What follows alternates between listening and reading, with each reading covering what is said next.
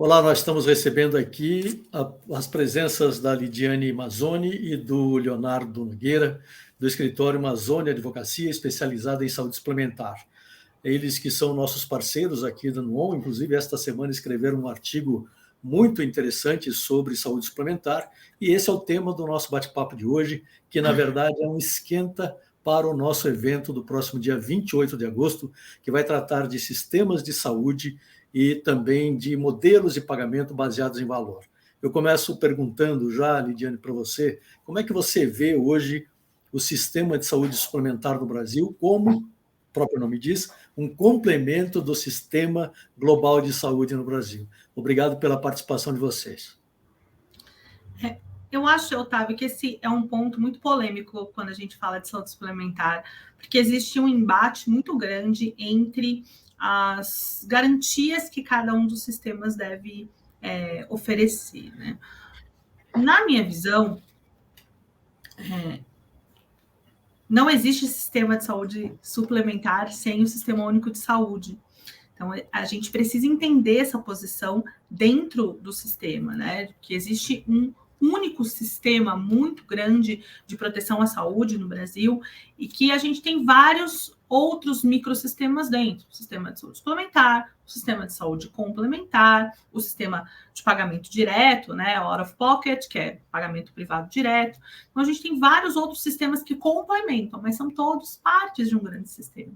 Então, entender esse relacionamento que todos esses microsistemas de saúde, de proteção de saúde, possuem com o sistema público, com o sistema privado diretamente, com o sistema complementar, a gente pode obter melhores resultados aí para oferecer esses serviços aos pacientes. Hoje, como especialistas no tema, né, específico de saúde suplementar, como é que vocês veem, o que vocês entendem de, digamos, de ponto mais crítico da saúde suplementar hoje no Brasil? Para mim, na nossa experiência dentro do escritório, né, o que a gente vê de maior problema é exatamente a falta de relacionamento próximo entre todos os agentes dessa cadeia de valor, né? Quando a gente pensa que é um sistema de saúde, então nós temos vários atores que se interrelacionam a todo tempo, e por conta da simetria de informação, que é muito severa dentro desse sistema, não só entre a relação com os pacientes, mas a relação entre todos esses atores, entre prestador e operadora, entre prestador e fornecedor, entre algum ente que intervém nessa cadeia para fazer a comercialização dos produtos, existe uma assimetria de informação muito grande. Então, isso gera uma desconfiança no setor. Então, talvez o maior problema aqui seja a falta de transparência nesse relacionamento. Tá? Então, esses mecanismos, até antecipando aí a importância do modelo de pagamento baseado em valor, esses mecanismos que garantem essa transparência nesse relacionamento, e na minha visão, os modelos de pagamento baseado em valor garantem isso, mostram exatamente o que se espera do prestador, mostra qual desfecho que a gente procura, mostra qual resultado que o paciente vai esperar, e remunera por isso, né? Agrega valor a esse tipo de resultado, dá maior transparência para essa relação e aproxima todos esses atores. Hélio, esse é um bom gancho para você fazer a sua pergunta, hein?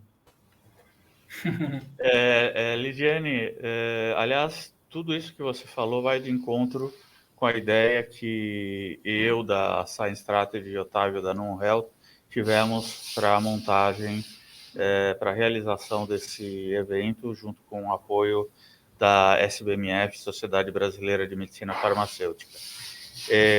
Nós temos observado, nós temos cerca de 30 anos de experiência nessa área, e sempre a falta de diálogo entre os atores foi talvez um dos nossos principais problemas, e a consequência disso é falta de confiança. Então, mudam as pessoas, mudam os atores, e a falta de confiança e falta de diálogo continua a permear esse ambiente, que no final acaba levando um prejuízo ao paciente, que é o principal prejudicado. Então, nós vemos como uma solução, né, nós enxergamos que os pagamentos baseados em valor pode ser um diferencial nesse momento e que ele precisa vir junto com o diálogo e a criação de um relacionamento entre os atores para que isso possa se desenvolver de uma forma mais adequada. Junto com isso, a inteligência artificial, ela está chegando aí, onde ela pode nos ajudar na criação de bases de dados mais confiáveis, onde as pessoas possam discutir em cima de dados que eles acreditam que sejam verdadeiros, coloquem em cima da mesa e que possam fazer os melhores negócios com redução de custo e com melhoria de todo o ecossistema, toda a cadeia. Então, eu queria novamente que você explicasse para a gente o que é um pagamento baseado em valor e o que está acontecendo hoje na prática entre pagadores e provedores de saúde. Bem, Hélio, quanto tempo a gente tem, né? O que está acontecendo entre os prestadores, né? A gente tem aí um cenário de alta desconfiança, e eu falo que essa alta desconfiança gera um cenário de vingança, que não tem como se justificar de outra forma.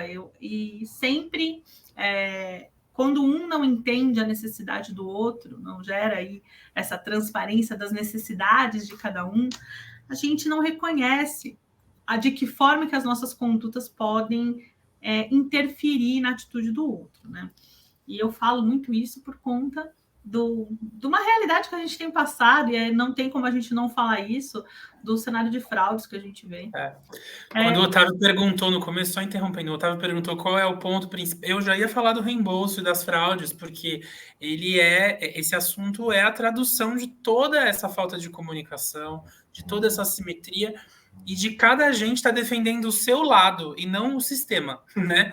Então, quando o Otávio falou, eu já ia falar isso logo de cara, antes de trazer o macro, eu já ia para o micro, porque esse é o assunto principal do mercado de saúde no momento e que tem a ver com todo o resto, né?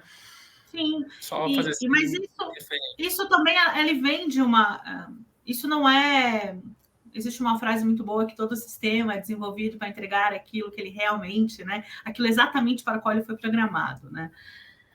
A partir do momento que a gente programa um sistema para entregar remuneração para somente aquilo que é realizado, necessariamente, quando houver interesse em maior remuneração, não vai haver uma preocupação em aumentar a qualidade, sim a quantidade. Tá? Então, acho que esse é um bom ponto de partida, que nunca houve uma preocupação, até essas novas discussões agregando valor, em pensar como seria aumentar a qualidade da entrega do serviço de saúde para o paciente. Só que o que acontece, né? A gente tem um modelo muito hospitalocêntrico que é muito focado na palavra do profissional, nas intenções do profissional médico, né? Está errado? Não está errado, é um modelo que foi escolhido. Porém, ele entrega os resultados para o qual ele foi desenvolvido. A gente tem feito uma transição para um modelo centrado no paciente. E para esse modelo centrado no paciente, essa atenção que é dada para ele tem que ser voltada para entregar os desfechos que melhoram a qualidade de vida dele. Então, a gente não vai entregar um remédio para curar a dor de cabeça, nós vamos entregar uma qualidade de vida para ele não ter mais dor de cabeça. Então, essa é o diferencial. Então, os modelos de pagamento vêm casados com essa intenção. Tá? Então, eu não gosto de esperar que os modelos de pagamento vão alterar esta conduta. Eu quero que seja ao contrário, eu quero que a conduta conduza a este modelo de pagamento. Tá? Então, é o que eu espero desse sistema. Então, assim, a fraude que a gente vê hoje, ela é reflexo dessa falta de transparência e não reconhecimento das preocupações das outras partes. Essa não entender o sistema de saúde como um sistema, entender somente na relação unilateral. Então, com certeza, os profissionais, eles encontram certas dificuldades severas na remuneração, a gente acompanha isso com os nossos clientes. A gente tem muitos problemas de irregularidades nas prestações de serviço, irregularidade nas glosas, várias questões nesse sentido. Por outro lado, nós também temos o reconhecimento dos pagadores aqui, que também tem muitos problemas com isso. E a entrega de saúde está sendo prejudicada. Então, quando a gente muda o conceito de entregar saúde de qualidade para o paciente, talvez toda essa sistemática de buscar vantagens onde não existem, talvez também amenize. A gente não quer entregar essa obrigação para esses novos modelos de pagamento de tentar resolver todos os nossos problemas. Mas acredito que se a gente conseguir trilhar este caminho, a gente consegue melhorar muito. Lidiane, você coloca a situação num plano que parece muito simples de entender, né? E aparentemente de fácil solução. À medida em que você aponta os problemas, porque as pessoas não estão enxergando onde é que o sistema está errando, se é que está errando, né? Não estou fazendo um julgamento aqui, mas onde é que está errando de fato quando diz que o sistema está insustentável? Eu não acredito que o sistema erra, Otávio. O sistema a gente tem aqui alguns pontos sérios de financiamento, aí, de questões de remuneração. Quando a gente fala que o sistema está insustentável, na verdade, ele está entregando o que ele deveria entregar. Tá? Então, o que a gente tem um problema muito sério em que, falando aqui de saúde suplementar, todo mundo reclama do reajuste do plano, acha que ele é alto, mas as operadoras estão apresentando prejuízos. Então, a gente tem algum problema que a gente precisa identificar. Tá? A gente pode passar por várias questões aí de desperdício, má utilização, pouca preocupação com a própria saúde, entregar a responsabilidade pelo cuidado da saúde para a operadora ou para o empregador, no caso, algumas vezes. Então, talvez essa educação para a saúde, entender como funciona o sistema, onde estão os pagamentos, quais são as responsabilidades e os direitos de cada um, isso é um importante passo, tá? Agora, falar que o sistema é insustentável, talvez, então, não é o problema da gente querer alavancar algumas coisas dentro desse sistema. Talvez seja o momento, então, da gente repensar a forma como que a gente entrega essa saúde, tá?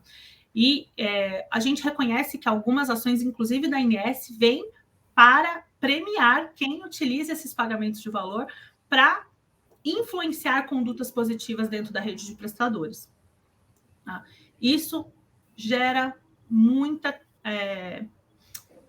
efeito positivo na rede e também nos beneficiários. Então, isso gera comprometimento. O beneficiário ele se sente acolhido por aquela operadora, por aquele operador. Então, quando ele recebe esse atendimento com valor, ele consegue reconhecer que existe uma preocupação efetiva com saúde. Então, gera maior comprometimento. Então, o que eu queria chegar é que você consegue acompanhar esse beneficiário. Tá? Esse cuidado com saúde não existe. Não existe quando a gente fala em sustentabilidade. Tá? Quando a gente vê cases de sucesso, são os que procuram acompanhar este paciente e não só tratá-lo no momento de uma doença extrema. Não sei se o Leonardo quer acrescentar para falar. Eu acho assim, pensando qual que é o problema, né? Assim, não existe, é muito complexo. São várias frentes, né? Eu acho que a gente está passando por uma mudança de paradigma na relação médico-paciente. Aqui eu falo médico-paciente, mas paciente para o prestador de saúde, né? Assim, todas as outras profissões, né? E a gente tem uma forma dessa relação funcionar que, na sua origem, é totalmente paternalista, né? E que, da forma como se desenvolveu, né, social e economicamente, trouxe esse distanciamento do profissional com o paciente. Né? Então, E a gente, essa mudança de paradigma que está acontecendo, focado no paciente, que deveria ser assim desde o começo, ela permite que a gente coloque em prática essas mudanças na saúde suplementar, na gestão, né, e tudo mais. Porque, por exemplo, a gente não ouvia quase falar no setor privado de medicina da família. E a gente está vindo falar sobre medicina da família no setor privado. A gente está vendo empresas que são startups ou até mesmo operadoras que estão investindo e trazendo esses profissionais, né, que são a base de toda qualquer prestação de serviço de saúde, né, que deveria ser o foco inicial, né? Então, quando a gente olha para o sistema de saúde, todo mundo com foco no paciente, a gente consegue melhorar todos esses pontos e esses gargalos, né? Porque o sistema de faturamento, né, por serviço, né, o fee for service, que é o que a gente pratica aí há muitos anos e que a gente está discutindo a mudança, ele atende justamente esse modelo focado no médico. O que o médico fez, o que o prestador fez, né? Não importa o resultado, não importa o lado do paciente. E uma coisa que esse modelo atende também é o que a gente fala que é a medicina defensiva, né? A medicina defensiva é essa prática que, infelizmente, se tornou muito comum pelos profissionais de saúde, não querendo generalizar, mas a gente sabe que acontece, que tem um exercício da medicina de não fazer o que é preciso de forma não documentar um tratamento e pedir exames desnecessários, pedir, enfim, toda uma investigação sem um devido direcionamento, sem focar na saúde do paciente, mas sim para documentar uma possível alegação de futura negligência, né?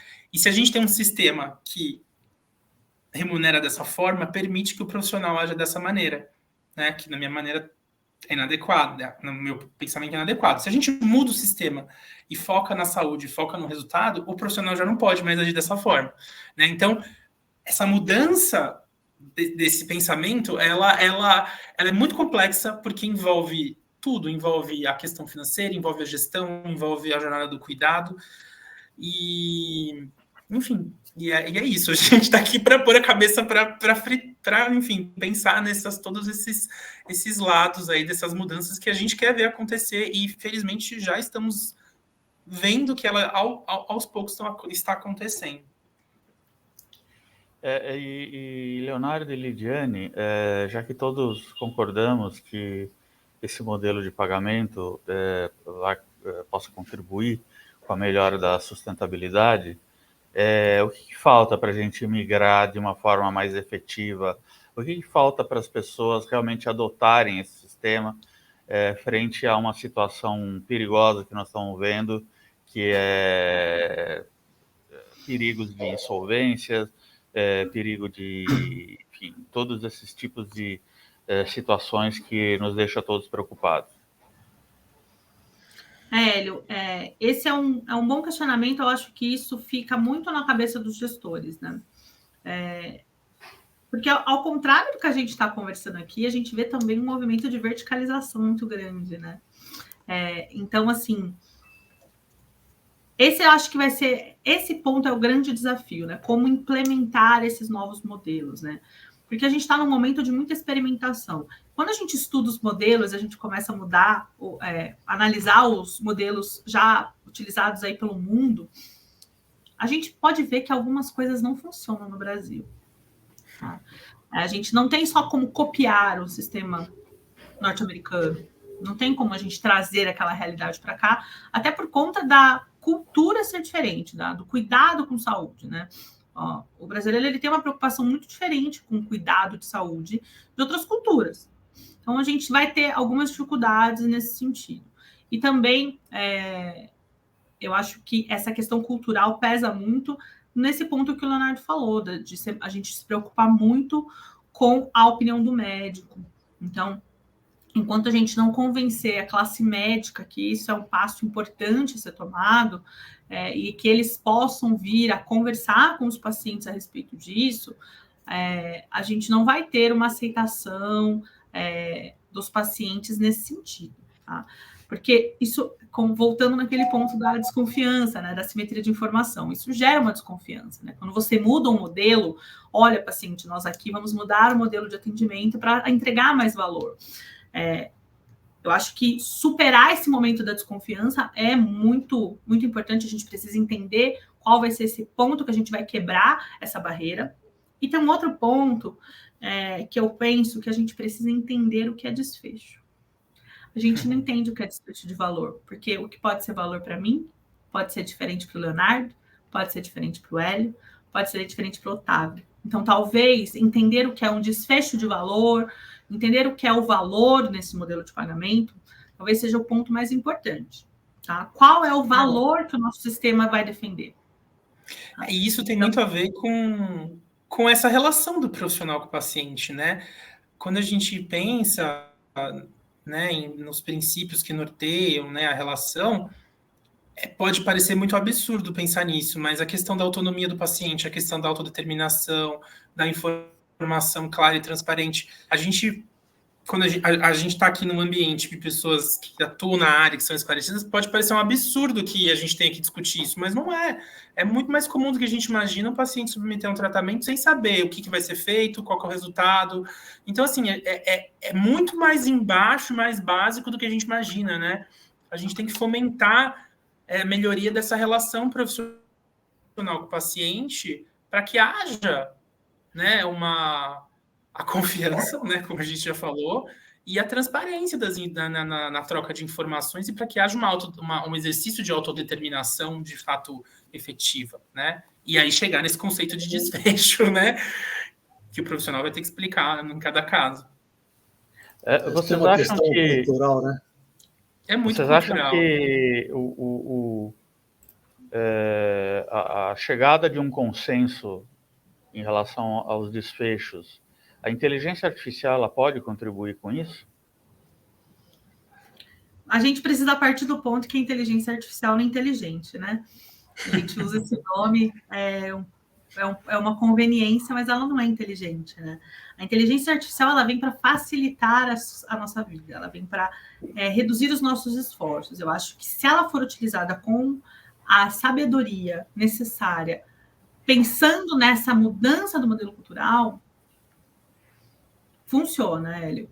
Agora, se a gente só utilizar... Mas em termos de controle, né? Eu fico imaginando... Controle. É uma ferramenta incrível para gestão. Se a gente conseguir ter um melhor controle do que acontece com o paciente. Tá? Um melhor controle dos fatos de uma maneira geral, da saúde do paciente, da evolução, para você chegar em desfechos confiáveis. Você acha que, de alguma maneira, isso pode contribuir? Claro, até a inteligência artificial ela consegue interagir com toda essa gama de beneficiários para a gente entender o que é desfecho para ele, para ver se coincide com o que a gente está usando nos nossos modelos. Então, isso é muito importante. Voltando para aquele pagamento com o valor centrado no paciente, né? O modelo de saúde centrado no paciente. Então, a inteligência artificial ela vem para facilitar esse tipo de coisa, né? O que a gente demoraria horas para fazer, a inteligência consegue instrumentalizar de uma forma mais simples, tá? Eu penso que toda a evolução tecnológica ela tem que ser utilizada dentro daquele contexto cultural. Tá? Se a gente mudar o nosso modelo de pensar e entender que é esse o valor que a gente quer passar a entregar, aí sim a tecnologia vai fazer sentido. Então, a gente pode usar a tecnologia hoje e continuar no Fee for Service, tudo bem. Vamos continuar. A gente consegue fazer planilhas ótimas para pagar com Fee for Service com inteligência artificial. Ela vai servir ao que a gente pretende fazer. Mas o conceito não vai mudar. Sim. É isso. Muito bem. Hélio, mais alguma observação para a gente encerrar? Não, acho que agradecer, Lidiane, Leonardo, pela nossa conversa, bastante enriquecedora, já deu algumas ideias aqui para a gente, né? Uma delas é um envolvimento maior da classe médica e os seus representantes, para que eles conheçam como funciona, né? Eu acho que os médicos, talvez eles não tenham tido uma formação para que eles entendam o que é o sistema de saúde, como ele funciona exatamente. E, enfim, e também uma maneira das pessoas entenderem o que é desfecho e valor, como você falou. Eu acho que está faltando um pouco isso também. Né? Então, vamos se preocupar em que essa terminologia não faça parte de uma elite de entendedores, que isso possa se popularizar e que isso faça parte da nossa rotina, do dia a dia. Perfeito. Perfeito, é isso. Quem sabe o evento seja o pontapé inicial, né? A informação tem que chegar a todos, isso né? de uma maneira um pouco mais aberta. Sim. E a gente agradece. Obrigado, Leonardo. Quando a gente até discute o Sistema Único de Saúde, né? Eu falo que o Sistema Único de Saúde funciona, mas as pessoas não sabem como usar também. Tem isso, né? E o privado, em certos momentos, tem isso também, né? A gente não pode deixar que isso aconteça. Muito bem. Otávio, a gente queria agradecer demais aqui a colaboração com vocês. É um momento muito importante aqui da gente conseguir dividir as nossas ideias e parabenizá-los aí pela coragem de trazer um tema tão importante aí para o setor, para essa discussão em um evento. A gente que agradece muito a participação de vocês, e o bate-papo demonstrou aqui o quanto vocês podem colaborar para esse debate, que a gente espera que no dia 28 seja apenas, como eu disse, o pontapé inicial de uma longa discussão. A gente espera só que não seja muito longa, porque senão o problema vai ser resolvido, não é? Sim. Um abraço, obrigado para vocês todos. Abraço. Tchau, gente. Boa tarde. Tchau.